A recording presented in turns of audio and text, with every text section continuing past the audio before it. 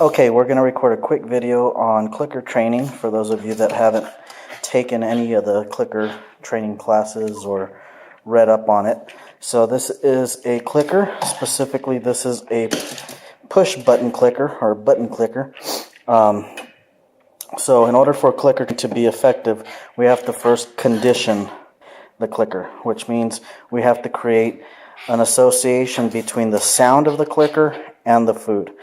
Usually what I would do is I would place the clicker in my pocket, click, and then immediately reward. Now, I do that muffled in my pocket so that I can make sure that the dog does not get scared of the clicker.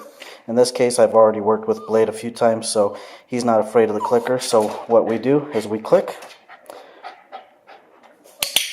and then we reward.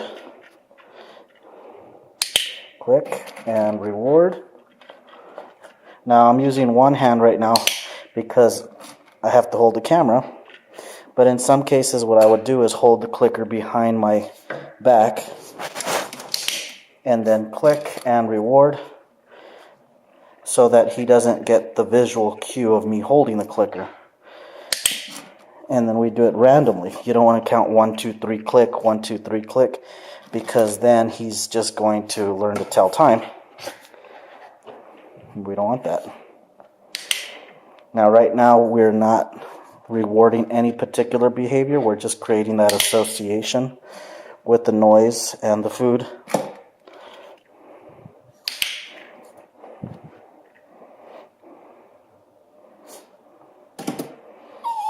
So we would probably do this maybe like 15 to 20 times. And then there's step 2. Step 2 is going to be actually teaching an operant behavior, which means that he's going to learn to perform a behavior in order to make the noise of the clicker go off, and then he gets the food. So right now we see that bed over there. There's 3 methods of clicker training that you can use, or marker training. One is called shaping, where you reward small incremental steps to a behavior. Another one is called capturing, where you basically mark and reward the behavior as soon as it happens. And then the third one is called lure and reward training, which would basically be you holding the food or the reward and then having him position himself for the reward. Now we can try a little bit of each. So what we'll do is we'll take 1 kibble of food, and then we're going to bring it over here to the bed. As soon as he steps on it, we reward him. So we'll do that again one more time. As soon as he steps on the bed, we reward. That would be luring. Now, the next thing that we can do is called capturing. So right there, he just stepped on it. We reward that. And then I'm going to wait for him to offer it again. And then we reward. Good. This is called capturing. I'm going to wait for him. A little bit more. I'm going to wait a little bit more to see if we can get all 4 paws on the bed. That's pretty good. We got his elbows. And we wait for him to do it again.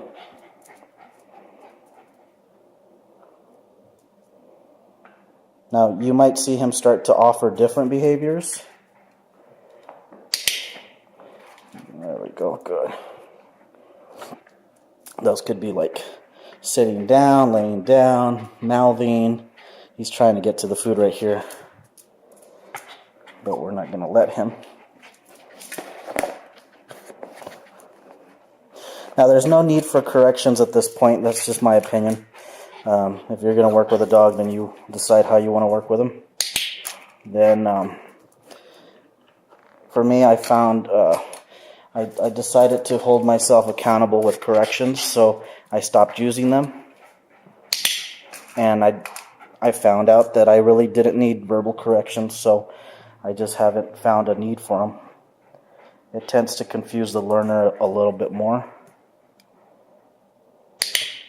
Now, he's getting a little bit more consistent with this.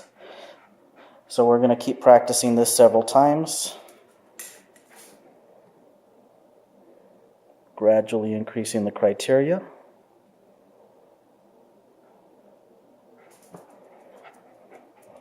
And if he gets frustrated, I want more of his body in the pillow.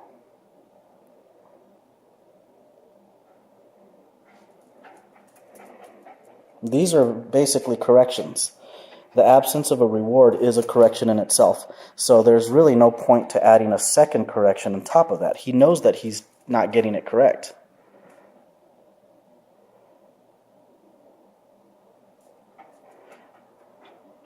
Sit. There we go. So the reason I did that, go, is so I can keep him in the game. That was a bit of a long pause before any reinforcement, so I want to keep him in the game by asking him to do something that he knows he's good at. Sit. Sit. There we go, good boy. Now, once he goes to his bed, we can add a word. Yes. And that was actually my mistake. I did that incorrectly. We're going to add a word to it, such as place. So we're going to wait for him to offer it. Place. There we go. So I add the word, and then I click and reward. So now we're attaching the word to the behavior.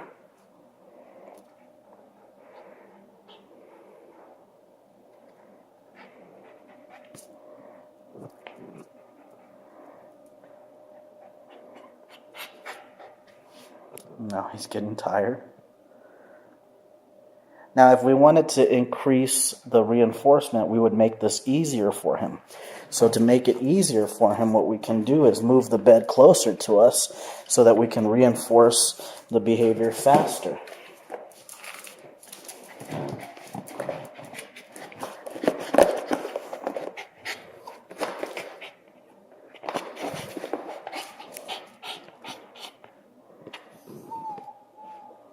Good. Now we can try lure reward.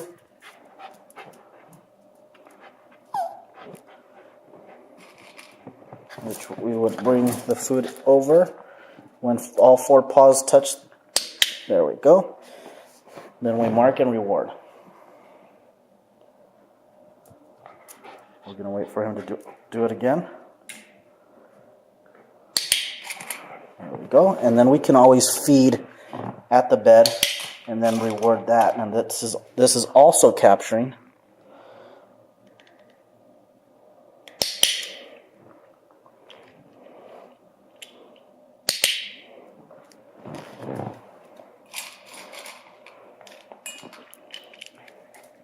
I dropped a couple of them. My mistake. So now we're going to add the word. Place. Place. There we go.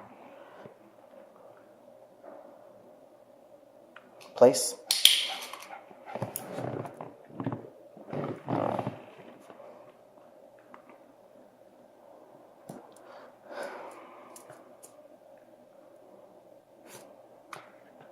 So it's been about 9 minutes so far.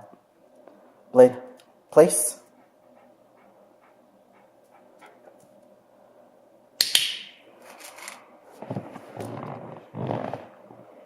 Place.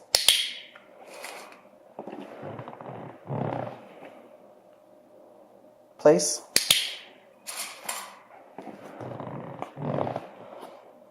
Place.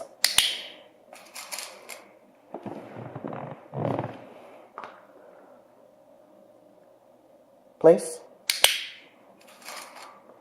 Now we're increasing the duration that he's spending on the bed. Place. 1 1,000, 2 1,000, 3 1,000, 4 1,000, 5. Trying to get it as long as possible without him getting off of it. Place. If you see him drifting off where he starts looking around, you want to say the cue and then mark it immediately. 1, 2, 3, 4, 5, 6, 7, 8, 9, 10. Place. There we go. So now we're gradually increasing the duration. We're not working on the distance, only the duration. We already did distance, now duration. Then we add distractions. Stay. Oh, he doesn't know stay yet, so. Now this is a very high value toy for him. This is a very high value toy for him. Let's get a medium value toy, which would be probably the tire. And then we'll take a high value toy also. So we're going to ask him to go into the bed. Bed. Place.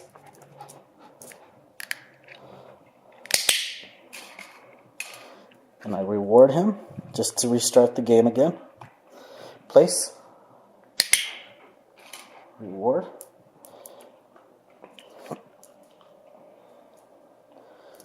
Place. Reward. Good. Now we place.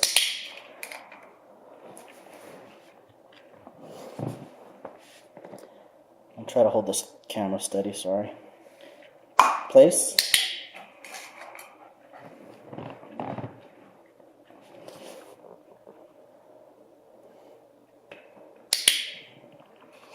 I didn't say the word there.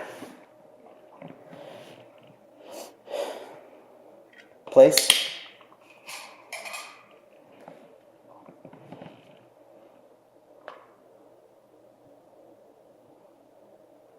Place.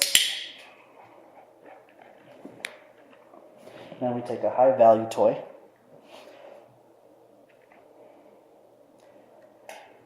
Place. That's good.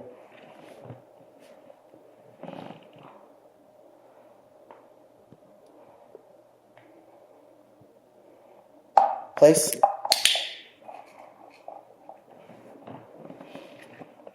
So that's a very high value toy for him.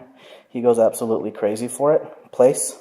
But he's learning that by staying on the bed, there's more reinforcement, or it's more powerful than him playing with that toy. Place. Now we're just going to give him the rest of his food. And that's how you would clicker train. In this example, we've used place. What you can do later is once he gets each one very well, the distance, the duration, and the distraction, then you would start to combine them. So let's say, for example, the next step would be moving the bed all the way to the wall and adding the toy. We would reward that behavior, mark it, reward, and then we would start to add different distractions. Let's say food rewards, and we start, so he starts to generalize the behavior. Good boy. What a good boy. Awesome.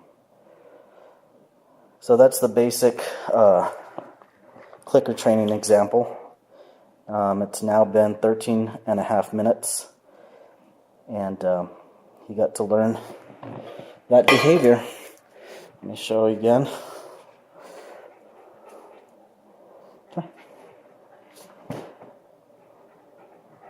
Blade. Place.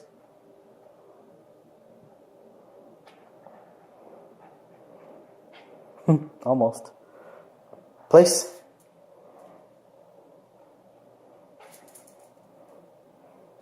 Yes, good boy. Get it. Good boy. Good boy. And that's it. 14 minutes, 17 seconds.